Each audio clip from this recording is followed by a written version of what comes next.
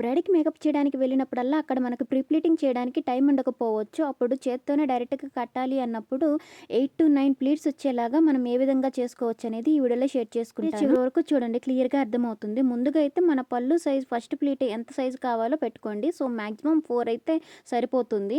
So, first pleat కంటే కూడా ఒక 2, 3 ఇంచులు తక్కువ మిగతా ప్లీట్స్ అన్నీ పెట్టుకోవాలి. చాలా చిన్నవి పెట్టుకోవాలండి. అప్పుడే మనకి 8-9 అట్లా వస్తాయి. ఇక్కడ వీడియోలో చూపిస్తున్నట్టుగా చివరన పిన్ పెట్టుకొని ఎవరైనా సపోర్ట్ ఉంటే వాళ్ళ చేతికి ఇవ్వండి పట్టుకోవడానికి.